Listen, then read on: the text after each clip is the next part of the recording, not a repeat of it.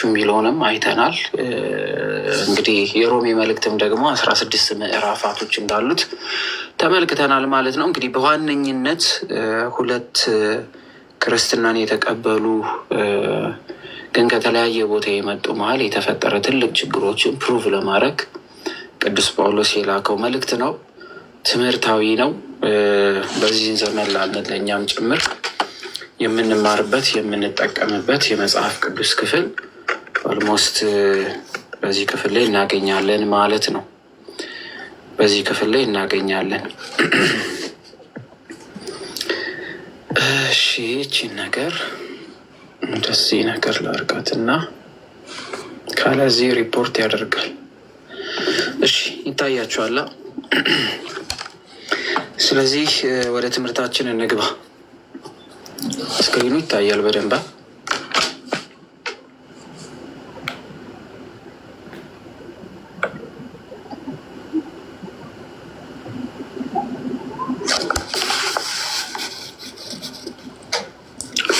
መልካም። ምዕራፍ 2 የሮሜ መልእክት ምዕራፍ 2 እንደዚህ ይላል። ምዕራፍ 2ን እስቲ ከቁጥር 1 ጀምረን እስከ 11 እናንብበው እና ከዛ ወዲያ ምን ማለት ነው የሚለውን እያየን ሂድ። ስለዚህ አንተ የምትፈርድ ሰው ሁሉ ሆይ የምታመካኘው የለህም፣ በሌላስ በምትፈርድበት ነገር ራስህ ትኮነናለህ። አንተው ፈራጁ እነዚያን ታደርጋለህና። እንደዚህ በሚያደርጉት ላይ እግዚአብሔር ፍርድ እውነተኛ እንደሆነ እናውቃለን። አንተም እንደዚህ በሚያደርጉት የምትፈርድ ያንንም የምታደርግ ሰው ሆይ አንተ ከእግዚአብሔር ፍርድ የምታመልጥ ይመስልሃልን? ወይስ የእግዚአብሔርን ቸርነት ወደ ንስሐ እንደሚመራ ሳታውቅ የቸርነቱን የመቻሉን የትዕግስቱን ባለጠግነት ትንቃለህ? ነገር ግን እንደ ጥንካሬና ንስሐ እንደማይገባ ልብህ የእግዚአብሔር ቅን ፍርድ በሚገለጥበት ቀን በቁጣ ቀን ቁጣ በራስ ላይ ታከማቻለህ። እርሱ ለእያንዳንዱ እንደ ስራው ያስረክበዋል። በበጎ ስራ በመጽናናት በምስጋናም ክብርን በማይጠፋ ሕይወትም ለሚፈልጉ የዘላለምን ሕይወት ይሰጣቸዋል። ለአመፃ የሚታዘዙ እንጂ ለእውነት የማይታዘዙትን በአድመኞች ላይ ግን ቁጣና መቅሰፍት ይሆንባቸዋል። ክፉን በሚያደርግ ሰው ነፍስ ሁሉ መከራን ጭንቀትን ይሆንበታል፣ አስቀድሞ በአይሁዳዊ ደግሞ በግሪክ ሰው። ነገር ግን በጎ ስራ ለሚያደርግ ሁሉ ምስጋና፣ ክብር፣ ሰላምም ይሆንላቸዋል፣ አስቀድሞ ለአይሁድ ደግሞ ለግሪክ ሰው። እግዚአብሔር ለሰው ፊት አያዳላምና ይላል። በዚህ ክፍል ላይ እግዚአብሔር የሰውን ፊት ተመልክቶ የማያዳላ ሕያው አምላክ መሆኑን ይነግረናል ማለት ነው። ስለዚህ መልካም ስራ ያላቸው በመልካም ስራቸው፣ መልካም ስራ የሌላቸው ደግሞ በስራቸው ምክንያት እንደሚኮነኑ እንደሚጠየቁ ቅዱስ ጳውሎስ ይጽፍላቸዋል። እስኪ አንድ በአንድ እያየ ነው እንሂድ። ስለዚህ አንተ የምትፈርድ ሰው ሁሉ ሆይ እግዚአብሔር ለሰው ፊት አያዳላም ብሎ ሲል ወይም የምታመካኘው ነገር የለህም ሲል ምን ማለቱ ነው? የምታመካኘው ነገር የለህም ምንም ያደርግ በሰው ላይ የሚፈርድ ምንድነው የሚለው ሐዋርያው? በሰው የሚፈርደውን ሰው ይወቅሷል። ሰው ላይ አትፍረዱ ነው። ይህ ደግሞ የጌታ ትምህርት ስለሆነ እንዳይፈረድባችሁ አትፍረዱ፣ በምትፈርዱበት ፍርድ ይፈረድባችኋል ብሎ ራሱ ክርስቶስ እዚህ የማቴዎስ ወንጌል ምዕራፍ 7 ከቁጥር 1 ላይ አስተምሮን ስለነበረ የማቴዎስ ወንጌል ምዕራፍ 7 ከቁጥር 1 ላይ ራሱ ጌታችን መድኃኒታችን ኢየሱስ ክርስቶስ የተናገረው ቃል ስለሆነ ማለት ነው። ስለዚህ አንተ የምትፈርድ ሰው ሁሉ ሆይ የምታመካኘው የለህም ብሎ ሲናገር ቅዱስ ጳውሎስ በሰው እየፈረደ እርሱ የሚሳሳት ከሆነ ለስህተቱ ምክንያት አያገኝም፣ ጌታችን በወንጌል እንደተናገረው ማለት ነው። ስለዚህ ሐዋርያው የጌታችንን ትምህርት መሰረት አድርጎ እዚህ የማቴዎስ ወንጌል ምዕራፍ 7 ቁጥር 1 ላይ ያለውን ምክንያት አድርጎ ምን ይላል ማለት ነው? በሰው ላይ አትፍረዱ በማለት ይናገራል።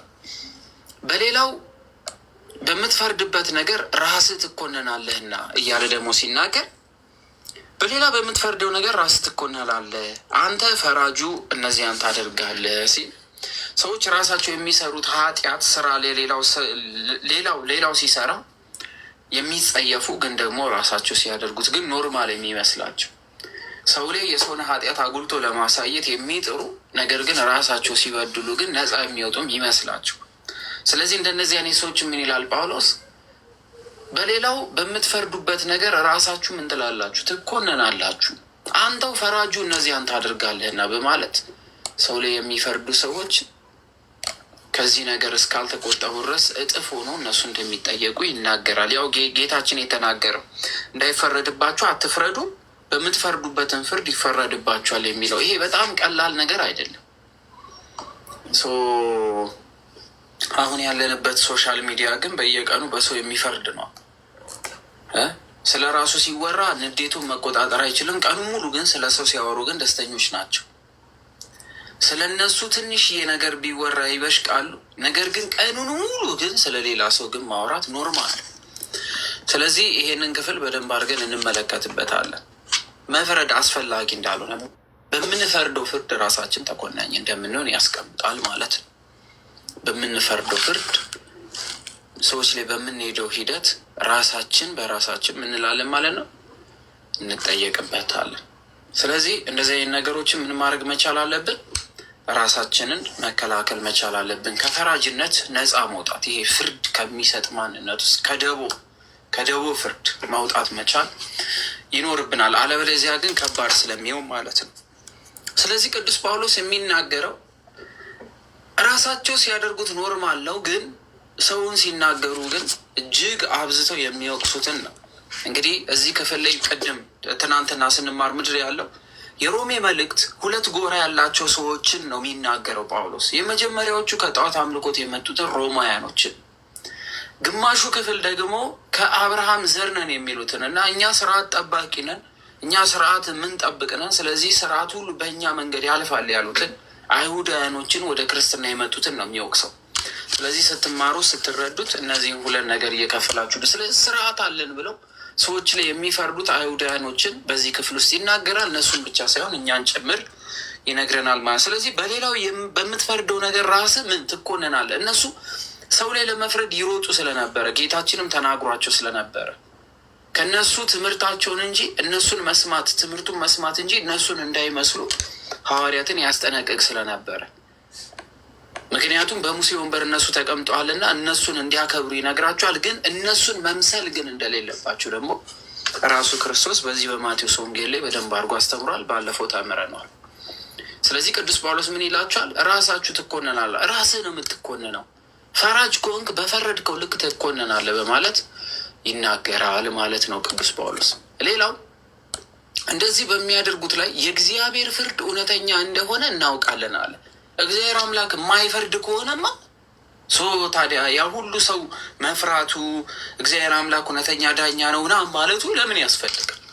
በደለኞች ካልተከሰሱ፣ ዛሬ እግዚአብሔር አምላክን የናቁ ሰዎች ፍርድ ካላገኙ፣ ሰውን በማሳደድ ደስተኛ የሆኑ ሰዎች የማይፈረድባቸው ከሆነ ስለዚህ ምስኪናኖቹ ምን ትርጉም አላቸው? የእነሱ መሰቃየት እነሱን ጉልበት መጠቀም ስለሚችሉ። ስለዚህ ጳውሎስ አንድ ነገር እምነቱን ያረጋግጥላቸዋል። እንደዚህ በሚያደርጉት ላይ የእግዚአብሔር ፍርድ እውነተኛ እንደሆነ ምን እላለሁ እናውቃለን በማለት ይናገራል። እግዚአብሔር አምላክ እውነተኛ ፈራጅ ስለሆነ የሌላው አስተማሪ ሆኖ ራሱ በማያስተምረው በሌላው እየፈረደ በራሱ የማይፈርድ ሰው እግዚአብሔር ይፈርድበታል በማለት ይናገራል።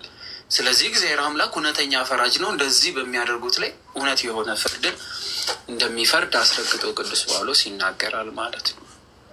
ስለዚህ በዚህ ክፍል አሁን ከቁጥር 1 ጀምሮ እስከ 11 ድረስ የምንመለከተው ሮሜ ምዕራፍ 2 ላይ ራሳቸውን ንጹሕ ሳይሆኑ ራሳቸውን ሳያዘጋጁ ሰው ግን እያዩ የሰውን በደል ለሚያወጡ፣ ሰው ላይ በጣም ለሚጮሁ፣ ሰውን ለሚሳደቡ፣ ሰውን ለሚያንጓጥጡ፣ ሰው ላይ ለሚፈርዱ ሰዎች የተነገረ ክፍል ነው ማለት ነው። ይህ ክፍል በጣም በጥንቃቄ እንድታዩት አደራችሁን፣ ደጋግማችሁ እንድታነቡት። ቁጥር 3 ላይ አንተ እንደዚህ በሚያደርጉት የምትፈርድ ያንም የምታደርግ ሰው ሆይ አንተ ከእግዚአብሔር ፍርድ የምታመልጥ ይመስልሃል በማለት ይህን ነገር የሚያደርጉ ሰዎች ላይ የሚፈርዱ ሰዎች ከእግዚአብሔር ፍርድ የሚያመልጡ ስለሚመስላቸው የራሳቸውን ኃጢአት ቀብረው የሰውን ኃጢአት አጉልቶ የሚያሳዩ ሰዎች ከእግዚአብሔር ፍርድ የሚያመልጡ እንዳይመስላቸው። እናንተ እንደዚህ በሰው ፊት የምታደርጉ ሰው ላይ የምትፈርዱ ሁሉ እውነተኛ ከሆነ ከእግዚአብሔር ፍርድ የምታመልጡ ይመስላችኋል ይላቸው። ስለዚህ ሌሎች ሰዎች ሲሰሩት ኃጢአት መሆኑ ጎልቶ የሚታየው ሰው ራሱ ሲሰራው ግን ጽድቅ የሚመስለው ሰው ሁሉ ከእግዚአብሔር ፍርድ እንደማይወጣ እግዚአብሔር አምላክ እንደሚፈርድበት ቅዱስ ጳውሎስ አስረግጦ ይናገራል ማለት ነው። ስለዚህ ሰው ራሱን ንጹሕ አድርጎ ሌላውን በደለኛ አድርጎ ማየት አይችልም። በአጭር ቋንቋ አችሉም። ስለዚህ ተጠንቀቁ። እንደዚህ የሚያደርግ ቢኖር ያ ሰው ከእግዚአብሔር ፍርድ አያመልጥም ነው፣ እጥፍ ሆኖ ይቀበሏል። መልሶ ይጠይቃቸዋል። ወይስ የእግዚአብሔር ቸርነት ወደ ንስሐ እንዲመራ ሳታውቅ የቸርነቱንና የመቻሉን የትዕግስቱን ባለጠግነት ትንቃለህ ብሎ ይጠይቃል። እግዚአብሔር አምላክ እኮ አንተን ያልቀጣ እናንተን ያልቀጣችሁ ወይ እንደዚህ የሚያደርጉ የራሳቸውን ኃጢአት ቀብሮ የሰው ኃጢአት አጉልተው የሚያሳዩ ሰዎችን እግዚአብሔር አምላክ ያልቀጣችሁ፣ እግዚአብሔር አምላክ እኮ በእናንተ ያልፈረደው ስለ ትዕግስቱ ነው እያለ ይነግራቸዋል። ትዕግስተኛ ስለሆነ ነው። ንስሐ እስከምትገቡ ስለታገሳችሁ ነው። ስለዚህ ሰው ንስሐ እስከሚገባ ድረስ ስለታገሰ እግዚአብሔር አምላክ በእናንተ የሚፈርድ አይመስላችሁም ብሎ ይጠይቃል። የሌለ ይመስላችኋል ብሎ ይጠይቃቸዋል ጳውሎስ። እግዚአብሔር በእውነት የማይመለከት ይመስላል ብሎ ይጠይቃቸዋል። ስለዚህ እርሱ በክፎችና በበጎች ላይ ፀሐይን የሚያወጣ በጻድቃን በኃጥአን ላይ ዝናብ የሚያዘንብ። እዚህ የማቴዎስ ወንጌል ላይ እንዲህ በማለት ይናገራል። እርሱ በክፎችና በበጎች ላይ ፀሐይን ያወጣልና በጻድቃንም በኃጥአን ላይ ምን ዝናብ ያዘንባልና። ስለዚህ ጌታችን ኢየሱስ ክርስቶስ በዚህ በማቴዎስ ምዕራፍ 5 ቁጥር 45 ላይ ኃጢአት ለሚሰሩትም ኃጢአት ለማይሰሩትም በምድር ላይ ዝናብን ያመጣል፣ ከምድር እህል ይሰጣል። ለሁሉም የሚገባውን በእኩል ያለ ፍትሐዊ ዳኛ ስለሆነ ያ ማድረጉ ግን አንተ በኃጢአት እንድትቀጥል ማለት አይደለም፣ ንስሐ እንድትገባ ነው።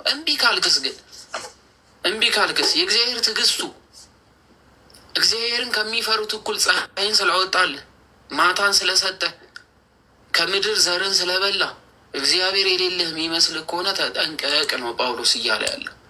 የእግዚአብሔር ቸርነት ወደ ንስሐ እንዲመራ ሳታውቅ የቸርነቱን የመቻሉን የትዕግስቱን ባለጠግነት የምትንቅ ከሆነ ዋጋህን ታገኛለህ።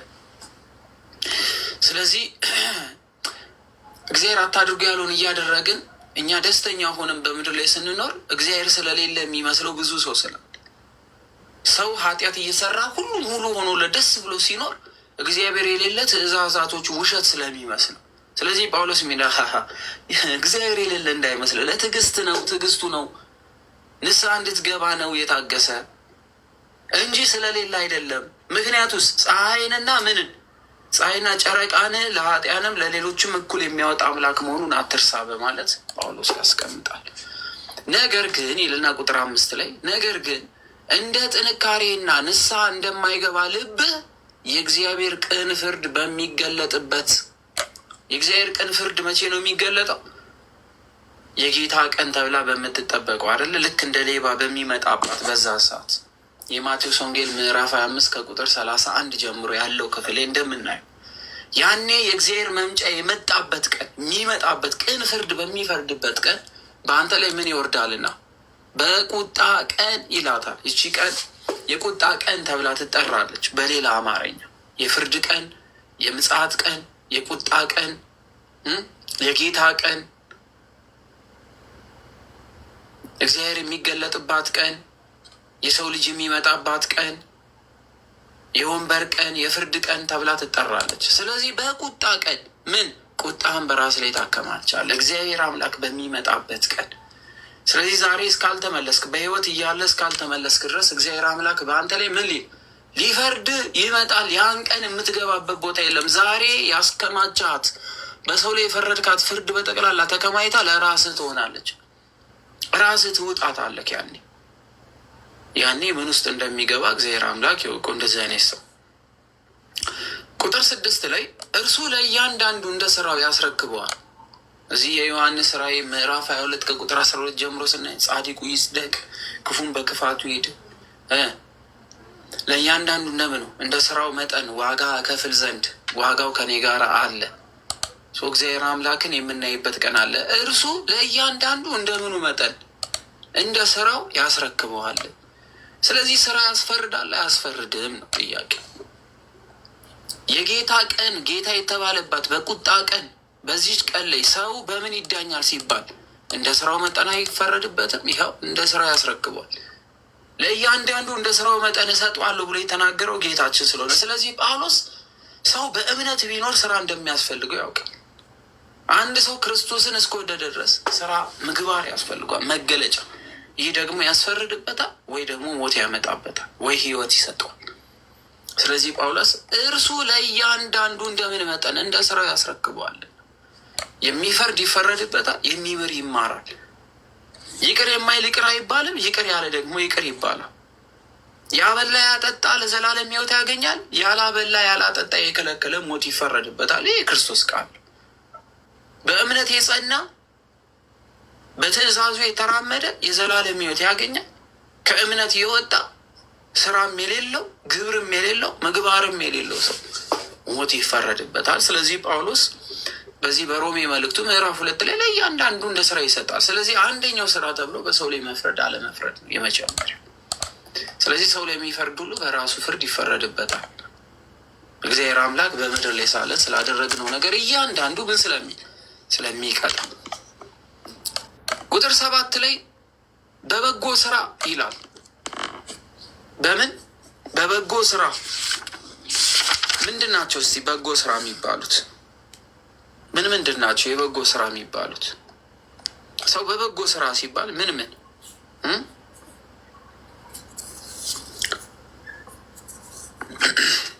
ምንድን ናቸው? በበጎ ስራ ሲላል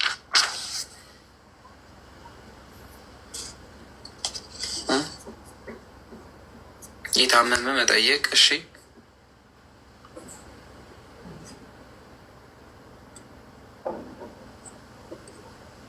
ድሃ ማብላት፣ የተራበ ማብላት፣ እሺ፣ የታሰረ መጠየቅ፣ እሺ። ስለዚህ እነዚህ በጎ ስራ ተብሎ የተዘረዘሩት የማቴዎስ ወንጌል ላይ ያሉት ማለት ነው። ስለዚህ ሰው በበጎ ስራ በመጽናት ምስጋናንና ክብርን የማይጠፋንም ሕይወት ለሚፈልጉ የዘላለምን ሕይወት ይሰጣቸው። የዘላለም ሕይወት እናገኝ ዘንድ የማይጠፋ ስራ፣ በጎ ስራ፣ መልካም ስራ መስራት አለ። ምን መስራት እንዳለብን ደግሞ ራሱ ዘርዝሮ ስላስተማረን፣ ስለዚህ ሰው በጎ ስራ ሊኖረው ይገባል። የመኖራችን ትልቁ በምድር ላይ ሰው ሆነን የመምጣታችን ነገር ትልቁ ይሄ ነው። ለምሮ ሰው የሆንኩት እንላለን። ሰው ሆኜ ለምን መጣ? ሰው መሆን ለምን አስፈለገ? ሰውነት ያስፈለገው ለዚህ በጎ ስራ። ሰው በጎ ስራ ከሌለው ዋጋ የለው። ስለዚህ በጎ ስራ ምንድን ነው ስንል የእምነቱ መገለጫ ነው። አንድ ሰው እምነት ቢኖረው በጎ ስራ ይኖረው። አንድ ሰው እምነት ከጎደለው መልካም ስራ አይኖርም። መልካም ስራ ያለ እምነትም ባዶ ነው። እምነትም ደግሞ ያለ በጎ ስራ ባዶ ነው። አንድ ሰው በጎ ነገር ቢኖረው እምነት ግን ባይኖረው ምን ይጠቅመዋል? ሰው በጎ ነገር ለመስራት እውነተኛ ሕይወት በሚያሰጠው በክርስቶስ በልጁ መሆን አለበት? ማመን አለበት። ደግሞ አምኛለሁ ብቻ ብሎ ደግሞ እምነቴ ብቻ ቢል ደግሞ እምነቱን በምን ይገልጠዋል? እግዚአብሔር አምላክ በጎ ስራ ይፈልግበታል። ከሱ መልካም ስራ ይፈልግበታል። ስለዚህ እምነት ቢኖረው አንድ ሰው ስራ ባይኖረው በራሱ የሞተ ነው።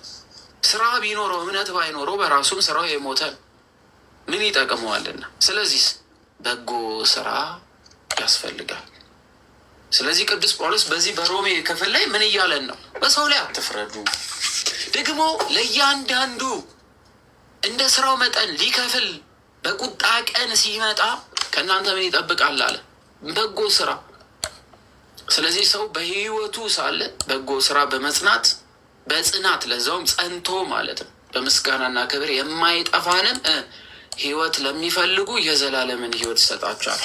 ምን ይላል የማቴዎስ ወንጌል ላይ? በቀኝና በግራ ያኖራቸዋል፣ እናንተ ዞር በሉ ይላል፣ እነዚህኞቹን ያስገባቸዋል ወደ ዘላለም ህይወት። ከሚገቡት መሀል መሆን አለብን። ስለዚህ ምዕራፍ 2 ከቁጥር 1 ጀምሮ እስከ 11 የሚናገረው በሰው ላይ እንዳንፈርድ፣ መልካም ስራ እንድንሰራ፣ በጎ ስራ እንድንሰራ ጳውሎስ እየነገረ ነው ያለው። ለአመፃ በሚታዘዙ እንጂ ለእውነት በማይታዘዙትና በአድበኞች ላይ ግን ቁጣን መቅሰፍት ይሆንባቸዋል። ለአመፃ ለሚታዘዙ፣ አመፅ ማለት በእግዚአብሔር ትእዛዝ ላይ ማመፅ ማለት ነው። በቃ በአጭር ቋንቋ እግዚአብሔር አምላክ ባዘዛቸው ትእዛዛቶች ላይ የማይጸኑ፣ በትእዛዙ ላይ የሚያምፁ፣ ክርስቶስ ያዘዘውን ትእዛዝ የሚሽሩ፣ ለሚፈልጉት ዓላማ የሚያውሉ፣ ይቅር በል ብሏል፣ ይቅር አልልም ካለ አምጿል። ተጠመቅ ብሏል፣ አልጠመቅም ካለ አምጿል። አብላ ብሏል፣ ማብላት ትርጉም የለውም ካለ አምጿል። ስጋዬን ብላ ብሏል፣ አልበላም ካለ አምጿል። ስጋዬ ነው ብሏል፣ ስጋ አይደለም ካለ አምጿል። አምጿል ማለት ነው። ስለዚህ አመፀኝነት የሚታየው ትእዛዝን አልቀበልም ሲል፣ አንድ ሰው አልታዘዝም ካለ ያምጻል። ስለዚህ የሚያምፁ ሁሉ ደግሞ ምን ይሆናል ማለት ነው? አድመኞች፣ የሚያምፁ፣ የማይታዘዙ፣ ለእውነት የማይቆሙ አድመኞች የሆኑ ምን ቁጣና መቅሰፍት ይሆንባቸዋል። ስለዚህ ፍርድ አለባቸው። ስለዚህ አንድ ሰው እምነት አለኝ ቢል ግን ደግሞ አመፀኛ ቢሆን በክርስቶስ ትምህርት ላይ የሚያምፅ ከሆነ ምን ይጠብቀዋል ማለት ነው? ቁጣ ይጠብቀዋል፣ ሞት ይጠብቀዋል፣ ፍርድ ይጠብቀዋል፣ ፍርድ ይጠብቀዋል፣ ቁጣ ይጠብቀዋል። ጳውሎስ ይህን ነው የሚያብራራላቸው፣ ይህን ነው የሚያብራራላቸው። ቁጥር 9 ላይ ክፉን በሚያደርግ ሰው ነፍስ ሁሉ መከራና ጭንቀት ይሆንበታል። ክፉ የሚሆን ሁሉ ዋጋ ይቀበላል። ስለዚህ ክፉን በሚያደርግ ሰው ነፍስ ሁሉ ምን ይመጣል? መከራና ጭንቀት ይሆንበታል። አስቀድሞ በአይሁዳዊ ደግሞም በግሪክ ሰው አለ። አስቀድሞ በአይሁዳዊ ደግሞም ደግሞ በምን በግሪክ ሰው። አይሁዳውያን ሲል መጀመሪያ ወንጌል የተሰበከላቸው አይሁዶች ስለሆኑ አይሁዳውያን ወንጌል ተሰብኮላቸዋል። ክርስቶስ በመሃላቸው ተመላልሶ አስተምሯል። አላመኑትም፣ አልተቀበሉትም። ምግባርም የላቸውም፣ አመፀኞች ስለነበሩ። ስለዚህ ክፉ የሚያደርጉ በመጀመሪያ ጭንቅ የሚሆኑባቸው በአይሁድ ያሉት፣ ከዛ ወዲያስ በግሪክ ሰዎች፣ ጥበብን ምድራዊ ነገርን የሚፈልጉ ሰዎች። ሰው ቁጥር 10 ላይ ነገር ግን በጎ ስራ ለሚያደርጉ ምን ለሚያደርጉ በጎ ስራ ለሚያደርጉ፣ ይሄ አለመሰልቸት ያለ አንዴ አድርጎ የሚቀጥለው ቀን ላይ የሚናደድ ከሆነ፣ ዛሬ ሰጥቶ ነገ የሚበሽቅ ከሆነ፣ ሁልጊዜ ስለሚጠየቅ ተለማኝነቱ የሚለመን መሆኑ የሚያሰለቸው ከሆነ፣ ስለዚህ እንደዚህ አይነት ግብር ያለው ካለ ይሄ ሰው በጎ ስራው ይጠፋበታል። ግን ነገር ግን አለ ጳውሎስ በጎ ስራ ለሚያደርጉ ሁሉ ምስጋናና ክብር ሰላምም ይሆንላቸዋል። ስለዚህ መልካም ምግባር ያለው በጎ ነገር ያለው ዘለዓለም ሰላም አለው፣ ፍቅር አለው፣ መረጋጋት አለው፣ መወደድ አለው፣ በመከራ ቀን መሸሸጊያ አለው፣ በደከመ ቀን መጠለያ የሚያግዘው አለው፣ በራበው ሰዓት የሚያበላው አለ፣ በጠማው ሰዓት የሚያጠጣው አለ፣ በሞት ከእግዚአብሔር ጋር አብሮ ይሆናል። ስለዚህ ጳውሎስ ምንድነው የሚላቸው? ክፉ አትሁኑ ነው።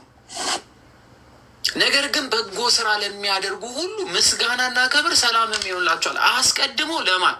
ለአይሁዳዊ፣ ደግሞ ለማን? ለግሪክ ሰው። አስቀድሞ ለአይሁዳውያን ሲል ወንጌል ለእነሱ ተሰብኳል በማመን ለሚጨመሩና መልካም ምግባር ላላቸው ሲል፣ ደግሞ ለግሪክ ሰው ሲል ደግሞ ከአይሁድ በኋላ ወይም ከእስራኤላኖች በኋላ ወንጌል ለዓለም ተሰብኳልና ጥበብን ለሚፈልጉ በጥበብ ለሚያምኑ ምድራዊ የሆነውን ነገር ይቀበሉ ለነበሩ እነሱ አምነው ቢጨመሩ በጎ ስራም ቢያደርጉ እግዚአብሔር አምላክ ያለመለየት ሰላምን፣ ሕይወትን እንደሚሰጣቸው ይናገራል። ለምን? እግዚአብሔር ለሰው ፊት አያዳላም ይላቸው። እግዚአብሔር አምላክ ለምን ለሰው ፊት አይቶ ምን አይልም? አያዳላም። እግዚአብሔር ፊትን አይቶ የሚያዳላ አይደለም ብሎ ቅዱስ ጳውሎስ ይናገራል ማለት ነው። ቅዱስ ጳውሎስ ይናገራል። አሁን በደንብ እያያችሁ ከዚህ ይሄ ክፍል በነገራችን ላይ የሮሜን ትምህርት የተማረ ሰው የሚቀጥሉ መልእክታቶች ምን ማለት እንደሆኑ ይገባል። ወይም ደግሞ ከየትኛው ወገን ለሚነሳ የትኛውም አይነት ጥያቄ ከየትኛው ወገን ለሚመጣ ለየትኛውም ጥያቄ የሚያረካ መልስ ምዕራፉን ጠቅሶ ክፍሉን ጠቅሶ መመለስ ይችላል አንድ ሰው። ስለዚህ ቅዱስ ጳውሎስ ስለ መልካም ስራ፣ ስለ በጎ ስራ በዚህ ክፍል ላይ ከቁጥር 1 ጀምሮ እስከ 11 ድረስ ነግሮናል፣ አስተምሮናል ማለት ነው። ዋጋው ምን ያህል ትልቅ እንደሆነ መልካም ስራ፣ በጎ ስራ የሚባለው። ስለዚህ አንድ ሰው እምነት ካለው ምን ሊኖረው ይገባል? በጎ ስራ። ምክንያቱስ ሮሜ የተላከው ለማን ነው? ላመኑ ሰዎች ነው። ስለዚህ ላመኑ ሰዎች የላከላቸው ምንድነው? መልካም ምግባር ይኑራችሁ፣ ሰው ላይ አትፍረዱ፣ ደግሞ በእግዚአብሔር ፊት በስራችሁ ሚዛን ስትመዘኑ እንዳትጎሉ ምን አድርጉ? በጎ ስራ ይኑራችሁ ብሎ ጳውሎስ ጽፎላቸዋል። ስለዚህ እምነት አላቸው፣ ግን መልካም ስራ እንዲኖራቸው ይናገራል። በጎ ነገር አላቸው። ነገር ግን ያ በጎ ነገር ግን እነሱ ሊኖሩበት እንደሚገባ ይጽፍላቸዋል። ከዛ ወዲያ እናንተ የአብርሃም ዘር ነን ስላላችሁም አይደለም ደግሞ እነዚህን ደግሞ ግሪካውያን ሌሎችም ስላላችኋል ለሁለታችሁም ብሎ ቅዱስ ጳውሎስ ሁለቱንም ሲወቅስ እናያለን ማለት ነው። አሁን ይቀጥላል። ቁጥር 12 ላይ በደንብ ይዋት። ያለ ሕግ ኃጢአት ያደረገ ሁሉ ያለ ሕግ ደግሞ ይጠፋሉና። አሁን ይሄ ስለማን ነው?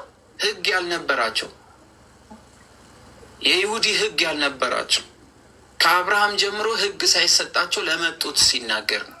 ስለዚህ ያለ ሕግ ኃጢአት ያደረጉ ሁሉ ሕጉን የማያውቁ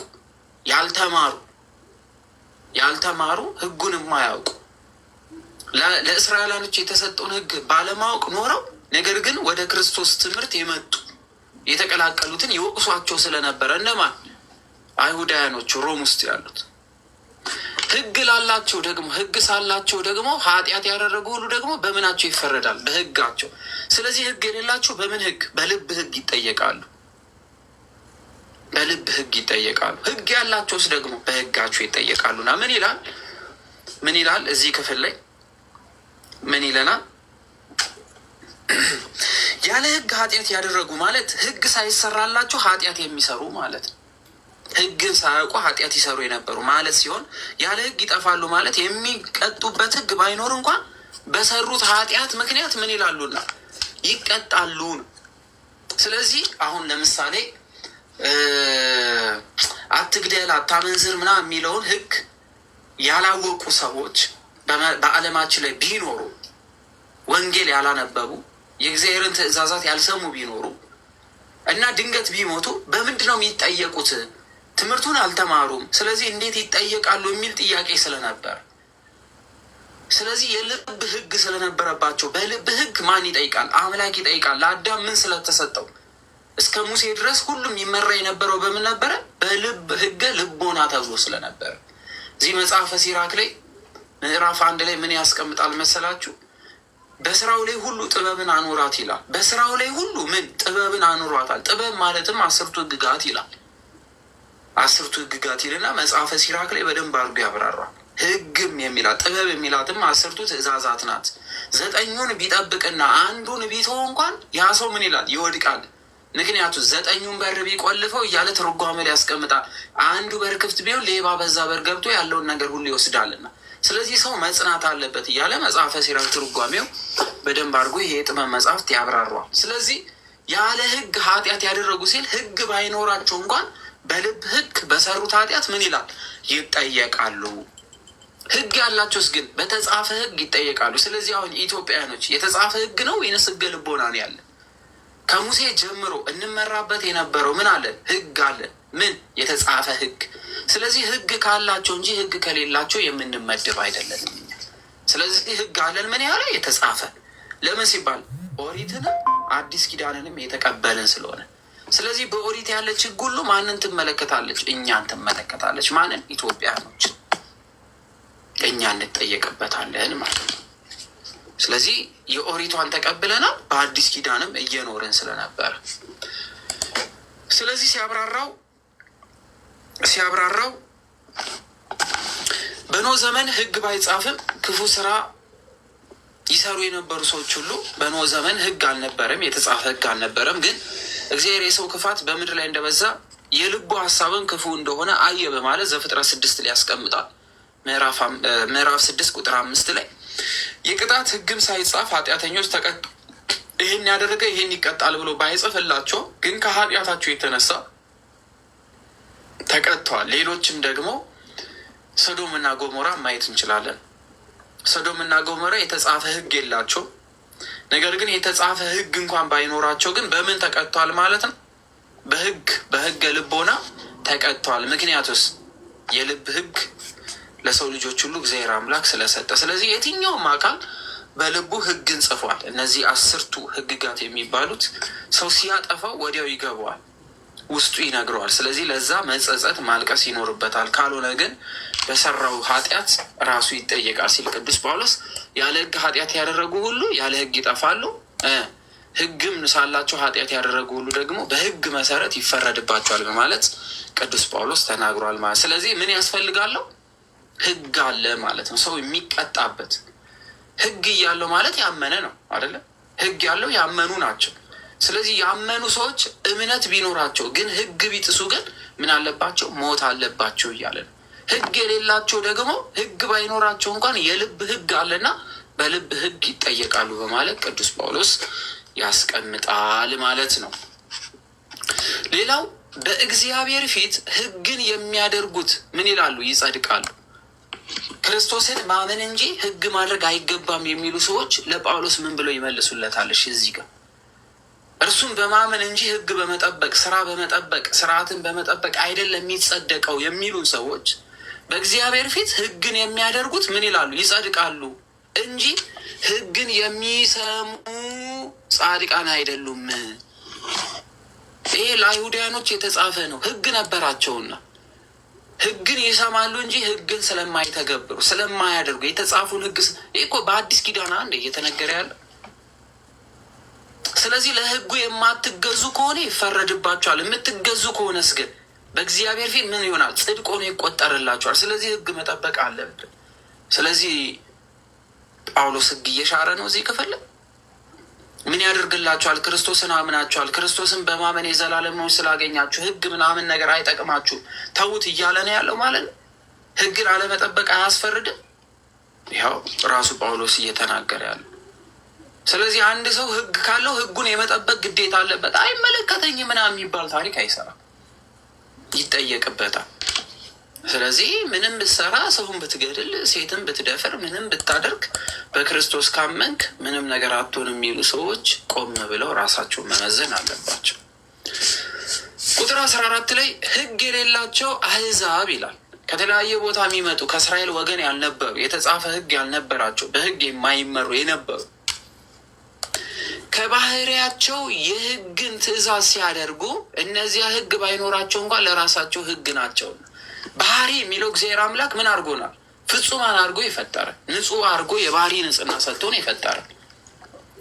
ስለዚህ ከባህሪያቸው ከራሳቸው ሰውነት ሆኖ ከመጣ እንደ መልካችን እንደ ባህሪያችን የሰው ልጅ እንፍጠር ብሎ ስለሆነ የፈጠረ። ስለዚህ የትኛውም የሰው ልጅ የእግዚአብሔር አምሳሉ እስከሆነ ድረስ የትኛው ህግ የሚያስኮንን የትኛው ህግ የማያስኮንን እንደሆነ ያውቋል። ስለዚህ እስከ ባህሪያቸው የህግ ትእዛዝ ሲያደርጉ እነዚያ ህግ ባይኖራቸው እንኳን ለራሳቸው ምን ህግ ናቸውና፣ ሰውነት በራሷ ህግ ናትና። ስለዚህ ሰው ሆኖ የሚበድል፣ ሰው ሆኖ የሚያስለቅስ፣ ሰው ሆኖ የሚገድል፣ ሰው ሆኖ የሚያሰቃይ ቢኖር በራሱ ህግ ምን ይላል? ይጠየቃል ይሄ ሰው። ስለዚህ የግዴታ የተጻፈ ብቻ ስላለ አይደለም ኃጢአትን ማንሰራ፣ ስለተማሩ ብቻ አይደለም። ሰው ስለሆንን ማድረግ የሌለብን ብዙ ነገር አለ። እሱን ደግሞ ምንም ሳንማር በፊት ህፃን እያለን ጥፋት ስናጠፋ ውስጣችን እንዴት እንደሚሸበር፣ ውስጣችን እንዴት እንደሚንቀጠቀጥ፣ ውስጣችን እንዴት እንደሚፈራ ሰው ህፃን የሆኑ ያደገ ሁሉ ያውቋል። መስረቅ ምን ማለት እንደሆነ ሳይገባን የሆነች ነገር እንኳን ሰርቀን ቤተሰብ ምን ሊለን እንደሚችል ውስጣችን አስቀድሞ ስለሚነግረን። ስለዚህ እኛውን ካደግን በኋላ የተጻፈ ህግን እያነበብን ስለሆነ የልባችን ህግን ላናዳምጥ እንችላለን። ነገር ግን የተጻፈውን ህግ ስናፈርስ የሚወቅሰን ህሊናችን አይደለም? ውስጣችን አይደለም? ልባችን አይፈራ? ሰውነታችን አይፈራ? የተጻፈውን ህግ ባፈረስን ቅጽበት ውስጣችን መናገር አይጀምርም? በድልሃል፣ አጥፍተሃል፣ አንሰሃል፣ ለእግዚአብሔር የሚገባ አይደለም፣ ንጹህ አይደለም እያለ ውስጣችን አይወቅሰንም? ስለዚህ ሰው ያ የሚወቅሰው ማንነቱን መስማት መቻል አለበት። ለማይረባ አእምሮ ተላልፈን የምንሰጠው ውስጣችን የሚነግረንን ነገር ምን ስንል ስናቆም ነው ማለት ነው። የምናዳምጠውን ነገር ስንቶ እግዚአብሔር አምላክ ለማይረባ አእምሮ አሳልፎ ይሰጠናል። የማይረባ አእምሮ ማለት ለኃጢአት የተገዛ ሰውነት ይሆናል። ኃጢአትን ይለማመዳል ማለት ነው። ኃጢአትን እየተለማመደ ክፋትን እየተለማመደ ይመጣና ከእግዚአብሔር ህግ ይወጣል። ስለዚህ ሰው ራሱን ማድመጥ መቻል አለበት ማለት ነው። ሁልጊዜ ዕለት ተዕለት ከኃጢአት ጋር መታገል መቻል አለብን። ዛሬ ስንወድቅ ነገ መነሳት። ቁጥር 15 ላይ እነርሱ ህሊናቸው ሲመሰክርላቸው ይላል። አሁን እያወራን ያለነው ክፍል ይሄ ማለት ነው። ስለዚህ ህሊና ሚዛን ነው፣ ዳኛ ነው። ህሊና ሚዛናችን ነው። ህሊና ያለው ሰው ሚዛን አለው። ህሊና ያለው ሰው ህሊናውን ይጠቀማል፣ አይሸጥም። ህሊና የምንለው ሰውነታችን የሚገዛበት ሰው መሆናችንን የማንረሳበት ክፍል ማለት ነው። ስለዚህ ሰው ህሊና ይወቅሰዋል።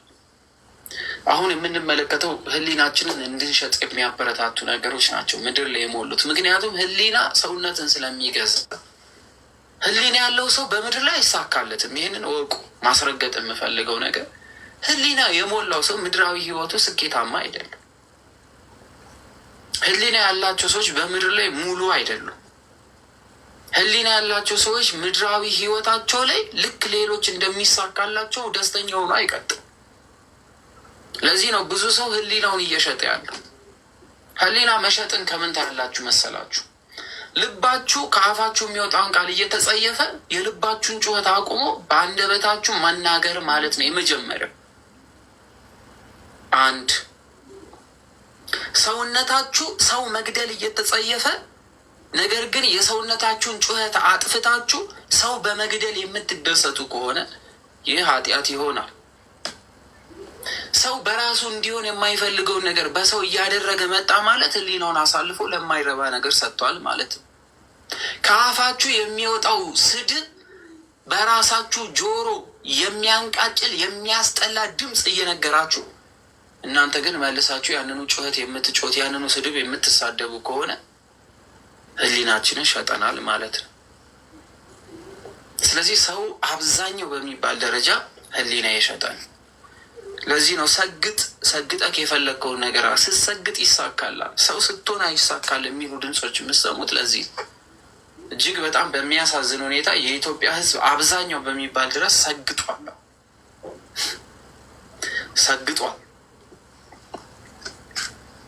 ሲሰገጥ ደግሞ በምድራዊ ህይወት ያልፍለታል፣ ሰማያዊ ህይወቱም ግን በዛው ልክ ያልፍበታል። ለዚህ ነው እኛ አሁን የማንሰግጠው። አብዛኛው ክርስቶስን የሚወድ ሰው መሰገጥ አይችልም። አብዛኛው ሰው እግዚአብሔር አምላክን የሚፈራ ሰው አይሰግጥም። አለበለዚያ ግን የሚሰግጥ ሰው ካለ ግን ከህሊናው ጋር እየተላቀቀ ለምድራዊ ህይወት ለስጋው የሚመቸውን ነገር እያስገዛ ይመጣል ማለት ነው። ይሄ ነው አሁን የሰውነት ትግሉ ከባዱ ነገር ይሄ ፓርት ስለሆነ፣ ስለዚህ እንደ ሞቲቬሽን የሚቆጠሩ ቃላቶች ከእግዚአብሔር ህግ የሚያወጡን መሆኑን በዚህ እናያለን። ምን ስለሚል ጳውሎስ እነርሱ ህሊና ሲመሰክርላቸው ሀሳባቸው እርስ በርስ ሲካሰስ ወይም ሲያመካኝ በልባቸው የተጻፈውን የህግ ስራ ያሳያሉ። ምን ሲሆን በልብ የተጻፈ ምን አለ? የህግ ስራ አለ። ሰው አሁን እየተጋጨ ያለው በልብ የተጻፈውን የህግ ስራ ነው። ምክንያቱ ውስጥ የተጻፈውን ስለካደው ሰው የተጻፈውን ክዷል። መካድ ግን የማንችለው ለምሳሌ ሰው መጽሐፍ ቅዱስን አላነብም የሆነ ክፍልን አላነብም የሚል ከሆነ የተጻፈ ነገር ኢግኖር እያደረገ ነው። ከራሱ ከልቡ ህግ ግን ማምለጥ አይችልም። ሰው ከራሱና ከልቡ ህግ አያመልጥም።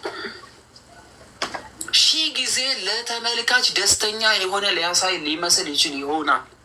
ለሚያየው ሰው ደስተኛ ሆኖ ሊያሳይ ይችላል። ሜካፕ ተቀብቶ ልብስ ለብሶ ወርቅ አንጠልጥሎ ምናምን ፌክ የሆነ ሳቅ እየሳቀ ሊያሳይ ይችላል። ውስጡ ግን እያለቀ ነው የሚሄደው። ለዚህ ነው ብዙዎቹ ሄደው መጨረሻ ላይ የሚገቡበት የሚጠፋቸው። ወይ ያብዳሉ ወይ ከራሳቸው ጋር ይጋጩና ራሳቸውን ለማጥፋት የመጨረሻ ውሳኔ ላይ ይደርሳሉ። ምክንያቱስ ሀብት ይመጣል፣ ገንዘብ ይመጣል፣ ምኞት ይሳካል፣ የፈለጉትን ያደርጋሉ። ግን ምን የለም? ደስታ የለም፣ ሰላም የለም፣ ፍቅር የለም። ውስጣቸው ያለው የእግዚአብሔር ቃል እረፍት ስለሚነሳ ተኝተው አያድሩ፣ ቆመው ደስተኛ አይደሉም። ጥቂት በልተው በብዙ መደሰት አይችሉም፣ ብዙ በልተውም አይደሰቱም። ነድተው አይረኩ፣ በእጃቸው ያለውን ነገር አያገኙም። ስለዚህ ሰው ህሊናውን የሚሸጥ ከሆነ ለዚህ ነው ጳውሎስ እነርሱ ህሊናቸው ሲመሰክርላቸው ይላል። ህሊና ስለሚጮህ ከዛስ ሀሳባቸው እርስ በርሳቸው ሲካሰስ ውስጣቸው ያለው ማንነት እርስ በርስ ይካሰሳልና ራሳችንን በራሳችን እንደሚገባ እንደሚሸት ሰው እንቆጥራለን። ምንም ዋጋ ቢስ እንደሆነ እኮ ቀላል አይደለ እንዴ? ቀላል አይደል? መካድ እኮ ቀላል። ነገ ጧት ሰው ተነስቶ ሀብታም መሆን ቀላል ነው ለሱ። የሰው ልጅ ጠዋት ተነስቶ ሀብታም መሆን ይችላል። ዛሬውኑ እዚህ ሶሻል ሚዲያ ላይ ያለውን እዚህ ጋር 103 ሰው የምትመለከቱትን ወደ 2000 ወደ 3000 ማስገባት ቀላል፣ በጣም ቀላል። ክብር መጣል ብቻ በቂ ስለሆነ ህሊናን መጣል ቀላል ብቻ ስለሆነ በጣም ኢዚ ከሚባሉ ነገሮች ሰው ህሊናው መጣል ከቻለ በምድራዊ ህይወት ስኬታማ፣ ሰማያዊውስ ግን እያጣው የቱ ይበልጣል? 50 ዓመት በዚህ ምድር የምንኖርባት ወይ ዘላለም የምንኖርባት መንግስተ ሰማያት ትበልጣለች? አሁን ውሳኔው ይሄ ነው። 2 ሚዛን ላይ እናስቀምጥና እንመርጣለን። የትኛው ይሻላል? በምድር ላይ የተሳካላቸው የሚመስሉና ሌሎች ጀዝባ ስለሆኑ፣ ደደብ ስለሆኑ፣ ሞኝ ስለሆኑ፣ የሆነ አቅም የሌላቸው መስለው ስላዩዋቸው፣ እነሱ ግን በምድራዊ ህይወት ላይ በቀላል መንገድ ስለተሳካላቸው ሙድ የሚይዙ ሰዎች በኋላ ላይ እኮ የሚያለቅሱት ናቸው። በምድር ላይ ሙድ የተያዘባቸው ጀዝባ የመሰሉ ደደቦች የመሰሉ ምንም ነገር የሌላቸው ሰዎች ግን በኋላ ላይ እኮ የሚስቁት እነሱ ናቸው። የማቴዎስ ወንጌል ምዕራፍ 5 ማየት በቂ ስለሆነ፣ ስለዚህ ቅዱስ ጳውሎስ እንደነዚህ አይነት ሰው ስለነበሩ ሮም ውስጥ እነርሱ ህሊናቸው ሲመሰክርላቸው፣ ሀሳባቸው እርስ በርሳቸው ሲካሰስ ወይም አለ ሲያመካኝ በልባቸው የተጻፈውን የህግ ስራ ያሳያሉ። የህግ ስራ አለ የተጻፈ፣ ይህም እግዚአብሔር በኢየሱስ ክርስቶስ እኔ በወንጌል እንዳስተማርኩ በሰው ዘንድ የተሰወረውን በሚፈርድበት ቀን ደግሞ ይሆናል። በእግዚአብሔር በአብ ፍቃድ አንዱ ሰው ሆኖ ወደዚህ ምድር መጥቷልና ከ3ቱ አካላት አንዱ ቃል ሆኖ ገልጧልና ሰማያዊ ምስጢርን አስተምሯልና። ስለዚህ ዛሬ እኔ የማስተምራችሁ ይህ ወንጌል ነገ ከነገ ወዲያ ምን ይላል? ይፈርዳል። ይህን ደግሞ መቼ ታዩታላችሁ እያለ ነው። መቼ? በሚፈረድበት ቀን። ስለዚህ ዛሬ ምንም ነገር ላናይ እንችል ይሆናል። ዝም ብለን ለምንድን ነው እንዲህ በቃ እኔ የተረጋጋውኝ የሚሄደው ምን እንዳለብኝ እንደነንትና ለምን አንሆንም የሚል ነገር እኮ ይታገለናል ውስጣችን። ግን ያው የፍርድ ቀን ግን እናለቅሳለን ነው። በፍርድ ቀን ማንነታችን ይወቅሰናል፣ እናጠዋለን። ያኔ እንዳናጣው ዛሬ በምድር ላይ ድሃ ሆኖ መኖር ይሻላል ይሻላል።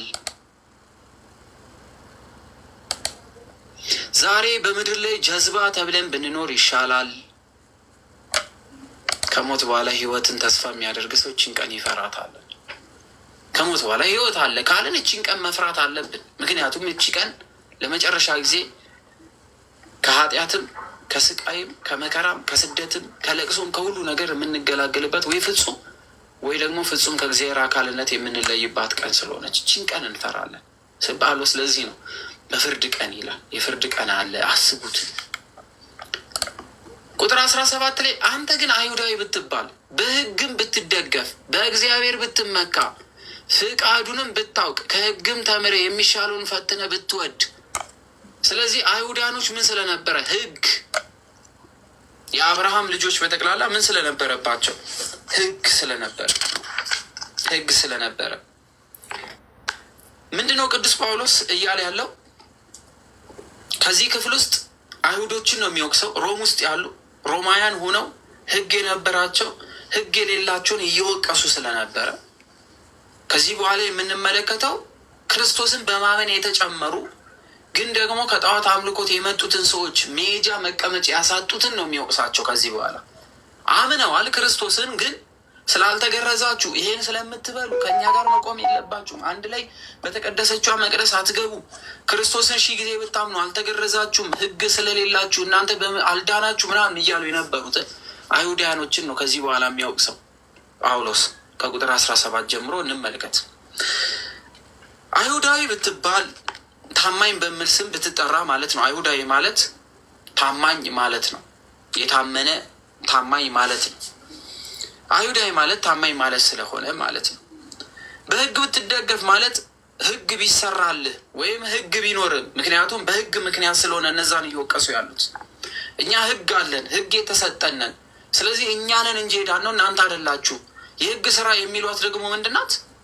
መገረዝን ሌሎችን ጭምር ስለሚጨምረ እኛ በህግ ስራ ነው ሄዳነው። እናንተ ግን በማመን ምናምን ብላችሁ የምትመጡ በጥምቀት ምናምን የተቀላቀላችሁ እናንተ አልዳናችሁም ስለሚሏቸው ጳውሎስ ይጠይቃቸዋል። በህግ ብትደገፍ ማለትም ህግ ቢሰራል ወይም ቢጻፍልህ በእግዚአብሔር ብትመካ ፍቃዱን ብታውቅ፣ አይሁድ ያው በእግዚአብሔር ማመናቸው የታወቀ ስለሆነ እግዚአብሔር አምላክን ስለሚያምኑ እግዚአብሔር አምላክን ያምናሉ። እነዚህ ደግሞ እግዚአብሔር አምላክን በማመን ወደ ምን መጥተዋልና ወደ ክርስትና መጥተዋል።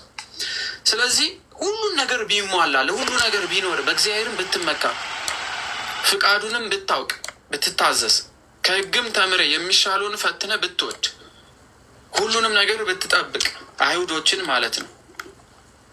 በህግም የእውቀትና የእውነት መልክ ስላለ የእውሮች መሪ፣ በጨለማም ላሉ ብርሃን፣ የሰነፎችም አስተማሪ፣ የህፃናትን መምህር እንደሆንክ በራስህ ብታምን፣ ሁሉን ነገር ፈጽም ያለው ብለህ ብታምን፣ ህግ ሁሉ ለእኔ የተሰጠኝን ጠብቅ ያለው ብትል እያለ ነው ጳውሎስ እየወቀሳቸው ያለው።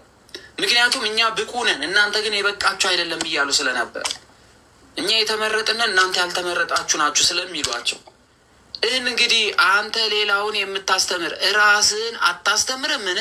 አትስረቅ ብለህ የምትሰብክ ትሰርቃለህ። ሰው አትስረቅ ትላለህ ግን ትሰርቃለህ። አታመንዝር የምትል ታመነዝራለህ። ጣዖትን የምትጸየፍ ቤተ መቅደስን ትዘርፋለህ። ስለዚህ ጳውሎስ ሄደባቸው ማለት ነው፣ ተረማመደባቸው።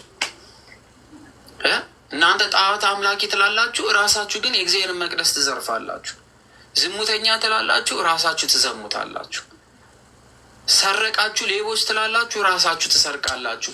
ስለዚህ በህግ የምትመካ ህግን መተላለፍ እግዚአብሔርን ታሳፍራለህ። ህግ አለኝ ብለህ ስለ ህግ እያወራ ህግን ግን ስለማትፈጽም በእግዚአብሔር ፊት ምን ይላል?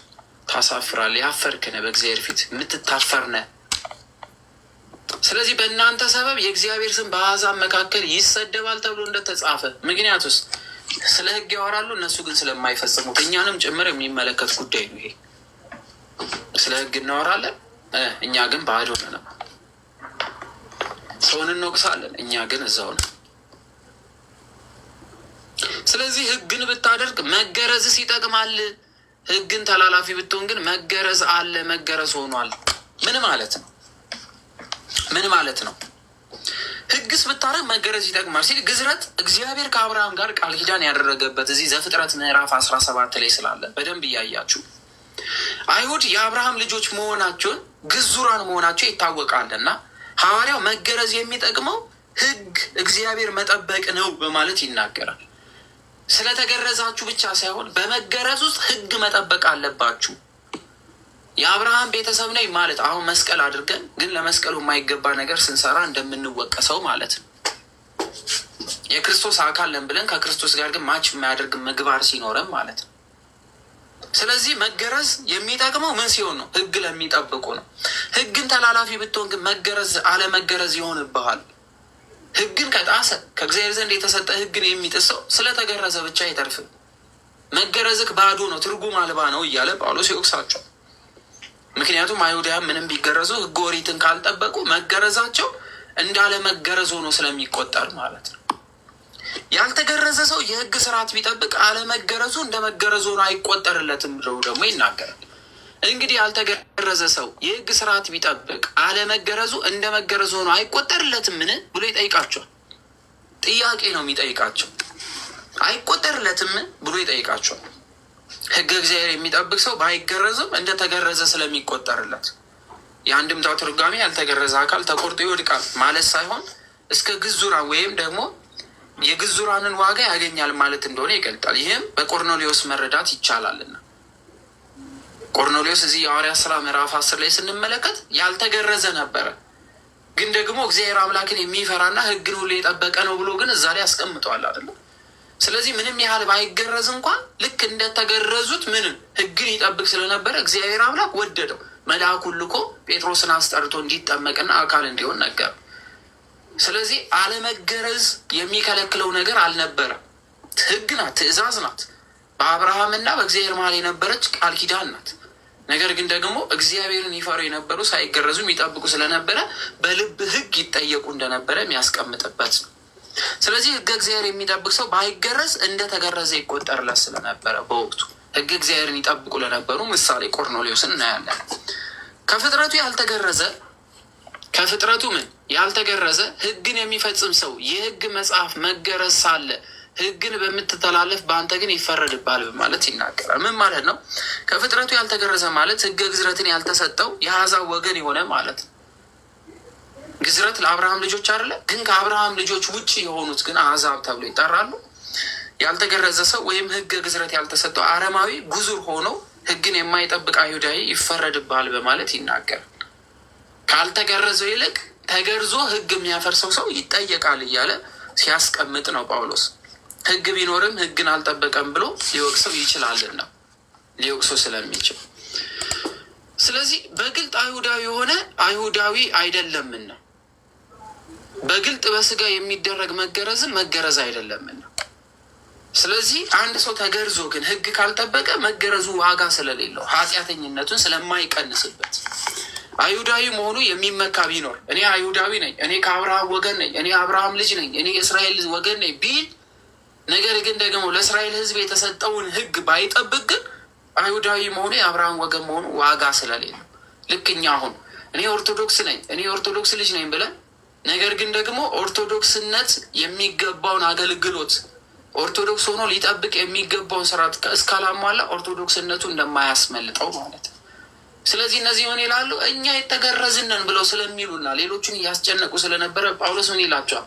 አሀ እሺ መገረዛችሁ ጥሩ ነው፣ ነገር ግን ተገርዛችሁ ሕግን ባትፈጽሙ እናንተ እኮ አትድኑም እያላቸው ነው። መዳን የሚባል የለም፣ ከነዛ አትለዩም፣ እንደውም እነዛ ምሕረት አላቸው እያላቸው፣ እናንተ ግን ሕግ እያላችሁ ሕግ አፍርሳችኋል። ስለዚህ ማንን ነው እዚህ ክፍል ላይ በደንብ እየወቀሰ ያለው? ሮም ያሉትን የአብርሃም ዘር ነን ያሉት ተገርዘው የነበሩ በአዲስ ኪዳን ደግሞ ክርስቶስን በማመን የተጨመሩትን ነው የሚወቅሳቸው ጳውሎስ። እነዛን እየተጸየፉ ስለሆነ ያልተገረዙትን ስለሚጸየፉ የሕግ ስራ አላደረጋችሁም እያሉ እየወቀሷቸው ስለሆነ እናንተ ሕግ አልነበራችሁም፣ በሕግ ስላልተመራችሁ፣ ሕግ ስለሌላችሁ እናንተ ክርስቶስን በማመን ወደ አዲስ ኪዳን መሻገር አትችሉም ስላሏቸው ማለት ነው። ስለዚህ ጳውሎስ አሀ እንደዛማ ከሆነ ይልና እነሱን ደግሞ እየወቀሳቸው ነው። በግልጥ በስጋ የሚደረግ መገረዝ መገረዝ አይደለምና ይህ ማለት የተገረዘ እንኳን ቢሆን ግሩዝ የሆነ ቢሆንም ግሩዝ ተብሎ ወይም የተገረዘ ማለት ነው። ሕግ እያለው ግን ሕግ እንደሌለው ከኖረ ስርዓት ተሰጥቶት ስርዓትን አልቀበልም ቢል የተጻፈለት ሕግ እያለ እንዳልተጻፈለት አድርጎ የሚኖር ቢሆንና የተገረዝኩ ነው ብሎ ቢመካ ዋጋ እንደሌለው ያስቀምጣል። ዳሩ ግን ይላል ከዛ ወዲያ ጳውሎስ ዳሩ ግን በስውር አይሁዳዊ የሆነ አይሁዳዊ ነው ይላል። ምን ማለት ነው? በስውር አይሁዳዊ የሆነ አይሁዳዊ ነው ሲል በጉዝርነት የማይመካ ሕግ የእግዚአብሔር በመጠበቅ ጠንካራ የሆነ ሰው በትክክል አይሁዳዊ ታማኝ የእግዚአብሔር አገልጋይ የሚባለው እርሱ ነው ይላል። አንድ ሰው ባይገረዝ እንኳን ወይም ደግሞ ተገርዞ፣ ለምሳሌ አይሁዳውያን ሁሉ ይገረዛሉ። ቢገረዝም እኔ ስለተገረዝኩኝ እድናለሁ ብሎ የማይመካ ከዛ ይልቅ ከመገረዙ ይልቅ ግን ለተገረዘበትና እግዚአብሔር አምላክ ለሰው ልጆች ሁሉ የሰጠውን ሕግና ትእዛዝ የሚጠብቅ ለእግዚአብሔር ታማኝ የሆነ እርሱ በስውር ያለ አይሁዳዊ በማለት ጳውሎስ ይገልጿል። ተገርዞ እንኳን ቢሆን በመገረዙ የማይመካ ሌሎችን የማያሳንስ እግዚአብሔር አምላክን በመውደድ የሚኖር በማለት በስውር አይሁዳዊ የሆነ አይሁድ ነው ይላል። ከዛ ወዲያስ መገረዝም በመንፈስ የሚደረግ የልብ መገረዝ ነው እንጂ በመጽሐፍ አይደለም ብሎ ደግሞ ያስቀምጣል። ምን ማለቱ ነው? ሲያስቀምጥ በመንፈስ የሚደረግ መገረዝ ማለት በመንፈስ ቅዱስ ኃይል ከኃጢአት መላቀቅ ማለት ነው። ስለዚህ ሰው የስጋ መቆረጥን ሳይሆን ትርፍ የሆነችዋ ስጋ ተቆርጣ መውደቋ ሳይሆን ሰው ኃጢአትን በመጸየፍ የመንፈስ ቅዱስን አካልን ማግኘት እንዳለበት ሲናገር ይህም የአዲስ ኪዳን መገረዝ ግዝረት በማለት ይናገራታል። የመንፈስ ግዝረት። ዳሩ ግን ይልና መገረዝም በምን ይላል? በመንፈስ የሚደረግ የልብ መገረዝ ነው እንጂ ይላል። ስለዚህ በአዲስ ኪዳን ምንድን ነው እያላቸው ነው? በአዲስ ኪዳን ምንድን ነው እያለ ነው? የመንፈስ መገረዝ ነው የአዲስ ኪዳኗ። ለምን? በአዲስ ኪዳን ሆኖ ስለሆነ እነሱ በኦሪቷ ሕግ እየወቀሱ ያሉት። ስለዚህ ጳውሎስ ይላል መገረዝም በመንፈስ የሚደረግ የልብ መገረዝ ነው እንጂ። የልብ መገረዝ ማለት ኃጢአትን መተው፣ ከኃጢአት መላቀቅ፣ በክርስቶስ ማመን፣ አምኖ መጠመቅ፣ ሞትን መቅበር እነዚህ ናቸው። በመጽሐፍ አይደለም፣ የእርሱ ምስጋና ከእግዚአብሔር ነው እንጂ ከሰው አይደለም በማለት ያስቀምጣል። ምን ማለት ነው? ይህም የልብ መገረዝ ይባላል። መጽሐፍ አይደለም ማለቱ የቁልፈቱ ስጋ ያልተገረዘ ቆላፋ ሰው ሁሉ ያቺን ነፍስ ከወገኗ ተለይታ ትጥፋ የሚለውን የአብርሃምን ትእዛዝ ከአብርሃም ጋር የተደረገ ኪዳኑን ሲናገር ነው። ስለዚህ በአዲስ ኪዳን እሷ ኪዳን አብቅታለ ሲል ነው። የተጻፈ መሰረት የተገረዘ አይደለም በማለት ይናገራል። ሐዋርያው በአዲስ ኪዳን ዘመን የልብ መገረዝ እንጂ የስጋ መገረዝ አይደለም የሚጠቅመው በማለት ይወቅሳቸዋል። አይሁዳያኖችን ማለት ነው። በቃ እናንተ እነዚህ ያልተገረዙ እያላችሁ አትውቀሷቸው። የልብ መገረዝ እንጂ በአዲስ ኪዳን የስጋ መገረዝ አይደለም። የስጋ መገረዝ ከሆነ ግን እርሱ ምን ብሏልና አብቅቷል በማለት ቅዱስ ጳውሎስ አንደኛው በዚህ በሮም ከተማ ውስጥ ያወዛግብ የነበረውን ነገር አይሁዳያኖችን በመውቀስ ያስቀምጣል። ገና አላበቃም። ከዚህም በላይ ብዙ ማስረጃ ይነግራቸዋል። የሚቀጥሉት ክፍል ላይ ምን ይላቸዋል? አብርሃም እግዚአብሔርን ያገኘው ተገርዞ ነው ወይስ ሳይገረዝ ነው ብሎ ሁሉ ይጠይቃቸዋል። አረ ሳይገረዝ ነው ብሎ ራሱ ደግሞ ይመልስና አይ አብርሃም እኮ ሳይገረዝ ነው እግዚአብሔርን ያገኘው። ከዛ ደስ እምነቱ ምን ሆኖ ተቆጠረለት? ጽድቅ ሆኖ ተቆጠረለት ይላል። ምን? ክርስቶስን እግዚአብሔርን ፈልጎ ማግኘቱ፣ እግዚአብሔር አምላክን ፈልጎ ማግኘቱ ጽድቅ ሆኖ ተቆጠረለት። ስለዚህ አብርሃም እምነቱ ጽድቅ ሆኖ የተቆጠረለት ሳይገረዝ በፊት ነው፣ በእምነት እግዚአብሔርን ስላገኘ። ግን እሳ ደግሞ ለተገረዙት ደግሞ አባትም ይሆን ዘንድ ምን ሆኗል? ቃል ኪዳንን ከእግዚአብሔር ጋር አድርጓል እያለ ደግሞ ጳውሎስ የሚያብራራበት ክፍል አለ። ስለዚህ በዚህ ክፍል እናንተ አትውቀሷቸው። ከዛ ደስ ከላይ ደግሞ ምድር ያየ ነው አትፍረዱ። ስለዚህ እናንተ የምትፈርዱ ሰው ሆይ የምታመካኙት የለም፣ በሌላ ስለምትፈርዱ ነገር ራሳችሁ ትኮነናላችሁ እያለ ያስቀምጣል። አትፍረዱ፣ ምክንያቱስ ክርስቶስ የሚፈርዱ ላይ ይፈረድበታል ብሏል። እናንተ ራሳችሁ እኮ የምትኮነኑበት ብዙ ነገር አለ ይላቸዋል። ህግ አለን ትላላችሁ፣ ለህግ ግን አትገዙ። ሌላውን ታስተምራላችሁ፣ እናንተ ግን ትሰርቃላችሁ። ሌላውን የጣዖት ቤት ትላላችሁ፣ ራሳችሁ ግን ከመቅደሱ ትሰርቃላችሁ፣ ትዘርፋላችሁ። ስለዚህ እናንተ ላይ የማይፈርድ ይመስላችኋል ወይ? እግዚአብሔር አምላክ ፊት አይቶ የሚፈርድ አይደለም እያለ በዚህ ክፍል ላይ አይሁዳውያኖችን በደንብ አድርጎ ጳውሎስ ይወቅሳቸዋል ማለት ነው። የዛሬው ትምህርት ይሄን ይመስላል ማለት ነው። በዚህ ክፍል ውስጥ ሌላ የምንመለከተው በበጎ ስራ መጽናት እንዳለብን ይናገራል። በበጎ ስራ ጽኑ ይላል። በጎ ስራ የሚጸኑ ሁሉ ከእግዚአብሔር ዘንድ እንደሚያገኙ፣ ለአመፃ የሚገዙ ግን የአመፃን ዋጋ እንደሚያገኙ ጭምር ይናገራል። ሰው ላይ መፍረድ እንደሌለብን ይናገራል። ለእያንዳንዱ እንደ ስራው መጠን እግዚአብሔር አምላክ እንደሚፈርድ ጳውሎስ ይናገራል።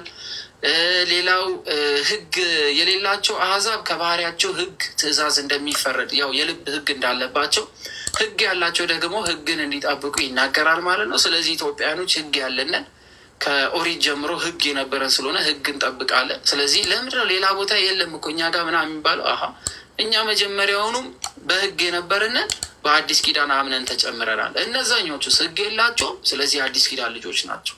ስለዚህ ህግ ያለው በህጉ ይጸናል፣ ህግ የሌለው ደግሞ በልብ ህግ ይጠየቃል ማለት ነው። ይሄ ነው ጥያቄ። ስለዚህ ጳውሎስ ይሄን ያስተምራል። ሌላው መገረዝ ምናምን፣ አሁን መገረዝ ኦልሞስት ከጤና አንጻር ምናምን ልጆች ምናምን ታስገርዛላችሁ እንጂ ያልተገረዘ ወንድ ብትመለከቱ በቃ ይሄ ሞት ተፈረደበት ምናምን እንዳትሉ። ምክንያቱም አለመገረዙ ሞት አያመጣም ነው። አለመገረዙ ምናልባት ከጤና አንጻር ምናምን ሊጠቅሙ ይችላል። ስለዚህ በመገረዝ ባለመገረዝ ሳይሆን በምን መገረዙም የመንፈስ መሆን አለበት። ስለዚህ አዲስ ኪዳን መገረዝ የሚባለው አምኖ መጠመቅ ነው ማለት ነው። ስለዚህ የኦሪቷን ህግ የተካቿ ግርዘት ምንድናት? ጥምቀት ናት ማለት ነው። እሱም ወደፊት እናየዋለን። ሮሜ 6 ምናምን ላይ ስንገባ ምን ማለት እንደሆነ ምናምን እየተማርን እንሄዳለን።